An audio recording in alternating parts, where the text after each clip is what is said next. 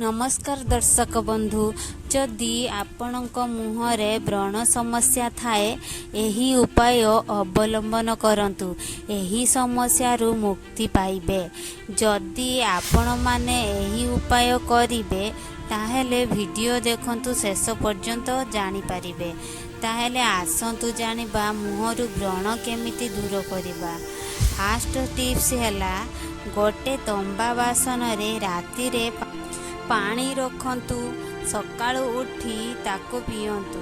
Second step हैला सबु बेले सालिसिलिक एसिड वाला फेस वाश यूज करंतु। थर्ड टिप्स हैला आपनकु बेसी फल और जूस पीबार अछि एवं एही काम कले सारा जीवन केबे भी व्रण हेब नाही। तेणु आपण माने राति रे आलोवेरा उ हलदी मुहरे मारंतु।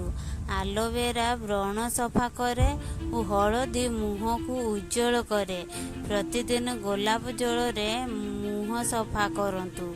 दालचीनी रे महू मिसाई गोटिए मास जाए मुहरे लगांतु।